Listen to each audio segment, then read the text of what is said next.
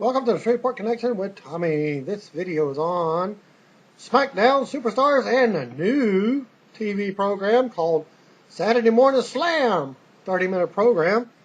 Thus so far, unknown debut, probably this Saturday or next Saturday after SummerSlam. And there were two matches, or one. It's unconfirmed at the present time. But some brief WWE news, other than Jerico. Any interview with the Austin News. Don't know if it's a newspaper or TV news that Jericho announced that he will be taking his Fozzy tour on a tour after SummerSlam. Thus, he will be on Raw. So my guess is he may be losing at SummerSlam, to my prediction. Though I don't want him to lose, because he would be a better favorite than Dolph Ziggler. Well, okay, here's the news what happened after Raw went off the air. Chris Blanton attended Monday's Raw in Dallas and posted the notes on one of the dirt sheets on what happened after the show went off the air. Shawn Michaels was hauled out on a stretcher. After he left, Big Show immediately came out and talked about being from Miami and how Miami had winners. He ran down Dallas before John Cena ran down and entered the ring. And they fought back and forth until Cena hit a five-knuckle shuffle and then the Attitude Adjustment.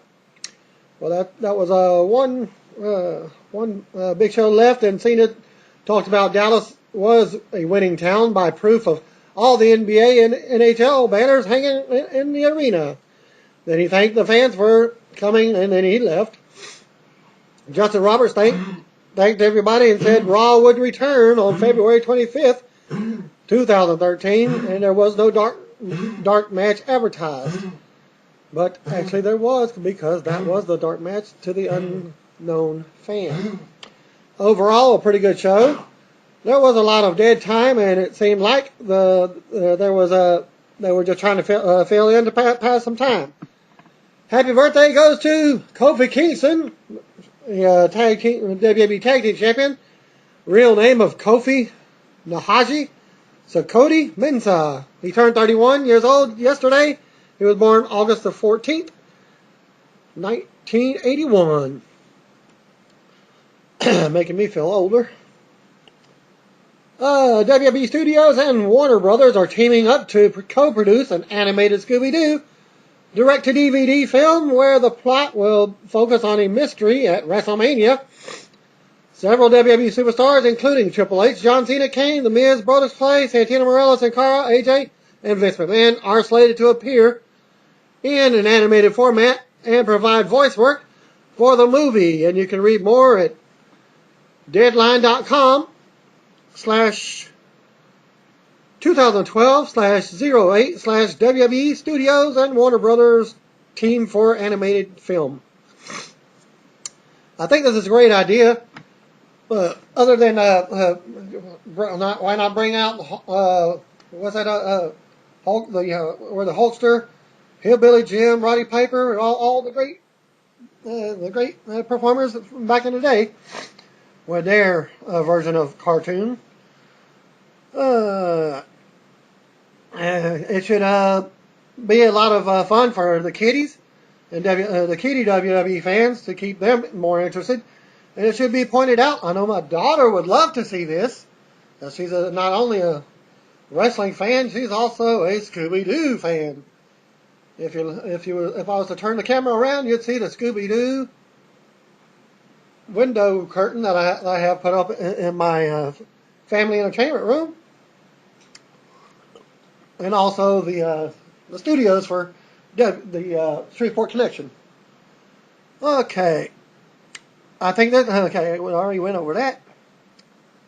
It should, the movie should fit right along with the Scooby-Doo, as AJ is also the first diva to be giving a starring role in any WWE Studios movies. It should fit nicely with Scooby-Doo. Not sure how Sin Cara is going to lend his voice talents, because have we ever seen or heard him talk? We'll have to see about that. Somebody will have to watch it and let me know how it is. because I know once it comes out, I'll certainly get a peek at it. For those that will see it yourselves, give me some feedback on it. I have the hot. Well, Daphne looks pretty good in it, but other than that, too bad. That's Fred's girlfriend. Okay, AJ. Well, let's go on about the other news. Former TNA wrestler Matt Morgan offered another tease for a possible departure from TNA. He posted a graphic photo that features the words, "I don't care about making an impact. I'm ready to start a war." And the W and the R are capitalized. So if you reverse the word war, what does it turn out to be? Raw. There's a spoiler if he happens to return to WWE, and he is 7 foot tall. Wonder which giant he will take on. Big Show? Khali? And from what I've heard about Khali, he's doing pretty good after his surgery. And that's all I know. I've heard. Didn't get the full results on that. They just had surgery. And successful. Okay. It also says, "I'm ready to start a war." The words TikTok also appear on the cell door. Featured in the image. It looks like the cell door's got a big hole in where the lock would be. And that news is thanks to .net reader Victor Rodriguez. Am I the only person who thinks the graphic looks similar to some of the work that TNA has done for most of their pay-per-view posters? I have a hard time believing that anyone from TNA is WWE bound, given the ongoing legal dispute between the two companies. Even so, Morgan's tweets have generated interest in whatever it is that he's going to do next. And you can also check the picture out on my post on Facebook. I just uploaded it about 30-45 minutes ago. Longtime pro wrestler and former TNA creative team member Dutch Mantell announced on Twitter that his granddaughter was killed in an automobile accident on Tuesday. And he's commented by saying, "My wife and I lost our beautiful 16-year-old granddaughter to, I believe that was yesterday, in a horrible car crash." Mantell also wrote, "She was the light of our world. We love you, Amelia." Follow Mantell on Twitter at twitter.com/Dirty Dutch Mantell, the Dirty Dutch Man 1. And you can send your condolences to him personally when you had him as a friend. And also my condolences also go to the Mantell family. WWE has phased out the Florida Championship Wrestling Totally brand name for their developmental system and is now strictly using the NXT brand name for everything developmental related, including upcoming live events, which are now called NXT Live Events. And speaking of which, WWE has signed on to FCW/NXT, the Nature Boy, Ric Flair's daughter. Unknown what her in-ring name is going to be at the present time. Okay, the most obvious sign of the change is the FCWWrestling.info website, which has been transformed to reflect NXT logos, banners, and colors. The website has also launched a top 10 rankings of WWE's top developmental wrestlers, such as NXT champion Seth Rollins, formerly Tyler Black from Ring of Honor, at the top of the list. Dark match for tonight, for Friday Night SmackDown is listed: John Cena versus Big Show and John Laurinaitis. I didn't see any news that he was even in the match itself. Plus, Triple H was also advertised for what is likely his weekly Dark appearances. And I didn't see any news on that. The late Eddie Gilbert was born back in 1961. He died on February 18, 1995, following a heart attack. I finally did some research on this. A buddy of mine named Robert. This is I'm passing along the news to you. This is how he died. It was a heart attack.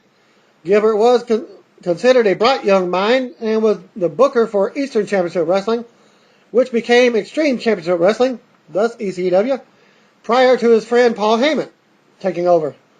So, if you didn't know, you better not call me. Former WWE Champion Bob Backlund turned 63 years old yesterday. He was born August 14th, 1949. Backlund most recently appeared on Raw 1000, believe it or not. He is not in the WWE Hall of Fame, having turned down a previous invitation. However, he is considered a strong candidate for induction 2013 class, given that the event will be held in the New York area, where he was successful as a long-running champion for WWE. The great Bobby Eaton of Midnight Express fame turned 54 years old yesterday. He was born August 14, 1958. Eaton is one of the all-time great tag team wrestlers, and I reference him constantly when talking about the need for pro wrestling managers, as it saddens me to think that the next Bobby Eaton is out there, and it isn't being used because due to his lack of mic skills, thus Abraham Washington did it to himself. His son Dylan is listed as a pro wrestler on Bobby's Wikipedia page, and it's unknown where he actually wrestles to this point in day. DGUSA Open the Freedom Gate champion Johnny Gargano turned 25 years old yesterday. He was born August 14, 1987, the year I graduated. I graduated in June of 87 for those that care. He recently announced his decision to resign with DGUSA. And by the way, I graduated from Butler Comprehensive High School in Augusta, Georgia. For those that do watch my videos, that's where I graduated. And I was transported to Texas and then transported to Shreveport. Okay, Jeff Farmer, who worked as the former NWO Sting, he turned 50 years old yesterday. He was born August 14, 1962. He also worked as Cobra in WCW and was successful in Japan using the NWO Sting gimmick for New Japan Pro Wrestling as well. The following matches were listed for the 11 o'clock p.m. Central Time airing of the AWA on ESPN Classic. Larry Cameron versus Jake Milliman, the Destruction Crew, and the Texas Hangman versus the Trooper, Tommy Jammer, and Baron Von Raschke, and Brad Reagans, how you pronounce his name, Buck Zumhoff versus Johnny Stewart. A lot of them names I was not familiar with, other than Texas Hangman, the Trooper, and Tommy Jammer. The Destruction Crew, a little bit. I don't know who they are today, or who they were. Hall of Famer Shawn Michaels will not appear at SummerSlam, originally advertised. WWE announced that he will not appear due to the broken arm he suffered during the injury angle that aired on Monday's Raw. You can read their story at WWE.com. And Michaels wrote on Twitter that he is highly unlikely to appear, but WWE took it one step further by saying he won't be there. I suppose you can't entirely rule that out. A surprise appearance by HBK. And that news is thanks to Mike R. for passing that along that story. World Heavyweight Championship match at SummerSlam will indeed feature Sheamus defending the title against Alberto Del Rio. The match was reestablished at the SmackDown tapings on Tuesday after Sheamus begged Booker T to do so. And it seems like a lot of trouble to get back to the same match. Though we'll have to see how the show appears on Friday to know exactly whether they made the match feel that important. That news came from Mark Middleton from PW Torch. The dark match before last night's WWE tapings in Austin, Texas, Alex Riley defeated Jinder Mahal. This was different from the NXT report, from the very next report, and Superstars matches. Damian Sandow versus Justin Gabriel was taped for Superstars. Kofi Kingston versus Heath Slater was taped for the first ever WWE Saturday Morning Slam show. And I'm believing, because the next report states that Alex Riley versus Jinder Mahal will be the first match for the Saturday Morning Slam show. And you can catch that and more news on that was WrestlingInc.com. And here's the wrestling, actually the results for the Saturday Morning Slam taping. And I believe on also Wrestling.inc there's a picture of the setup. There's the stage and the Titantron for the Saturday morning show, and it was live taped from Austin, Texas. Of course, Alex Riley defeated Jinder Mahal. He's on a winning streak of 3 in a row. Kofi Kingston then defeated Heath Slater. Superstars matches were Damian Sandow defeated. Superstars was Damian Sandow beat Jessica Gabriel from the SmackDown portion. And you can catch the first part, the other 2 matches from the Raw portion. And SmackDown tapings is 2 reports from Austin, Texas. This one is brief report from WrestlingInc.com. Rey Mysterio and Sin Cara tag team and defeated The Miz and Cody Rhodes. The Rex and Effects, what I call them, Kurt Hawkins and Tyler Rex, defeated a pair of local wrestlers, unnamed. Eve over Caitlyn to become assistant to the GM. So Eve gets her assistant job manager. Randy Orton then defeated Daniel Bryan thanks to a Kane entrance, tease, and distraction. Match number 5, Antonio Cesaro defeated Zack Ryder. Match number 6 in your main event, Alberto Del Rio defeated Chris Jericho when Dolph Ziggler interfered. Sheamus made a save and convinced Booker to let him defend the World Heavyweight title against Del Rio at SummerSlam. And now for the second report, and also the Dark Match main event from August the 14th, tapings in Austin, Texas, and thanks to the Frank Irwin Center. And the report is by Joel from the PW Torch correspondent. A great Tuesday night, and to my surprise, the fullest I've ever seen the Irwin Center since Raw was there before Christmas a few years ago. And he reports that SmackDown opened with Alberto Del Rio coming out and demanding his title match at SummerSlam.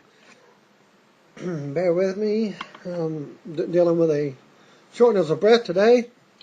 SmackDown GM Booker T comes out to tell Del Rio that a real man does not hire 5 goons dressed up as police to take someone out. Then Jericho comes out, which was a great surprise when he is one of the few guys I haven't seen live and heard the other obligations tonight. Y2J tells Del Rio that everyone is sick of him whining like a chihuahua and that his breath smells like dog poop. He said the dog poop part in Spanish and then explained what he said for those who don't speak Spanish. Who knew Jericho spoke Espanol? Booker T set up Del Rio versus Jericho as the main event. Match number 1. Rey Mysterio and Sin Cara defeated IC Intercontinental Champion The Miz and Cody Rhodes. Also tag match with lots of great spots and solid back and forth action. This was arguably the best match of the night. Rey got the pin on Cody after 619, I believe. After the match, Miz tried to attack Rey with the IC belt, but failed at an 8-619. The belt was lying outside the ring, and Rey looked down at it for a bit, then held it up to cheers to promote Rey versus Miz at SummerSlam, which was probably added. Kurt Hawkins and Tyler Rex then defeated 2 jobbers who weren't even introduced. The crowd really wanted Ryback here, as they chanted, "Feed me more," but no, biggest disappointment of the night. Match number 3, Eve defeated Caitlyn to become Booker T's assistant. I'm not sure what this really meant because nothing came out of it afterwards. Maybe next week. Randy Orton defeated Daniel Bryan. Another good match that came out to Daniel Bryan putting RKO in the Borgasm lock, only for Kane's explosion to go off. Bryan cut out of the ring looking around for Kane, who never showed up. Bryan got back in the ring and then took a RKO, and that was that. Then Kane showed up on the entrance ramp before walking backstage. Daniel Bryan stayed in the ring, saying he should not have lost, and began his nose stick. Triple H then came out and gave him a pedigree and said, yes, yes, yes, yes, yes, and then left. It probably was just for the live crowd only. Match number 5, Antonio Cesaro defeated Zack Ryder in a quick match. Was mostly distracted by Alexander the entire time. Santino was on the commentary, and Cesaro pushed him a couple of times, and finally over the announce table, then left. Match number 6, which is your main event, Alberto Del Rio defeated Chris Jericho, but before Chris Jericho could even come out, he was attacked by Dolph Ziggler backstage. After the commercial break, Del Rio said he wins by forfeit, but Jericho's music hit, and Y2J walked out holding his ribs. Back and forth match before Ziggler ran out to interfere and pulled down the ropes. But the crowd, but screwed up the first time, so they had to do it again. The beauty of recorded television. And that costed Jericho the match and gave Del Rio the win. Afterwards, Del Rio put Jericho in the submission hole with Ziggler egging him on. Sheamus' music hit, and out he stormed to the ring to go after Del Rio. Del Rio ran into the crowd, and then Booker T came out. Sheamus told Booker Sheamus tells Booker he wants his match at SummerSlam, but Booker said he is injured. Sheamus replied that he would need to be missing an arm to be injured. Booker made sure that Sheamus understood the title would be on the line, and then put the match back on. Sheamus then beat up Del Rio some more and outside the ring. Then Del Rio ran away like a little wuss, and Sheamus celebrated in the crowd. SmackDown ended at that point. Somewhere along that point, and the dark match main event, John Cena defeated Big Show in a no disqualification match. Noting WWE Rick the Sign Guy caught Cena's hat, but gave it to a young fan. A very classy move by Rick. And the match ended with an attitude adjustment. What else? Overall, the reporter said he had a good time, and as always, at a WWE event, and it was a very fun show. And to confirm the A-Rye debut on the new 30-minute program, I did ask him on Facebook about an hour or so ago. I'm still waiting on a reply from that. So I'll let y'all know by SummerSlam if that's actually going to happen. And I will save that for later, because I am a buddy of his on Facebook. And you can catch him at facebook.com/Alex Riley. Thank you, and God bless y'all, and have a nice week.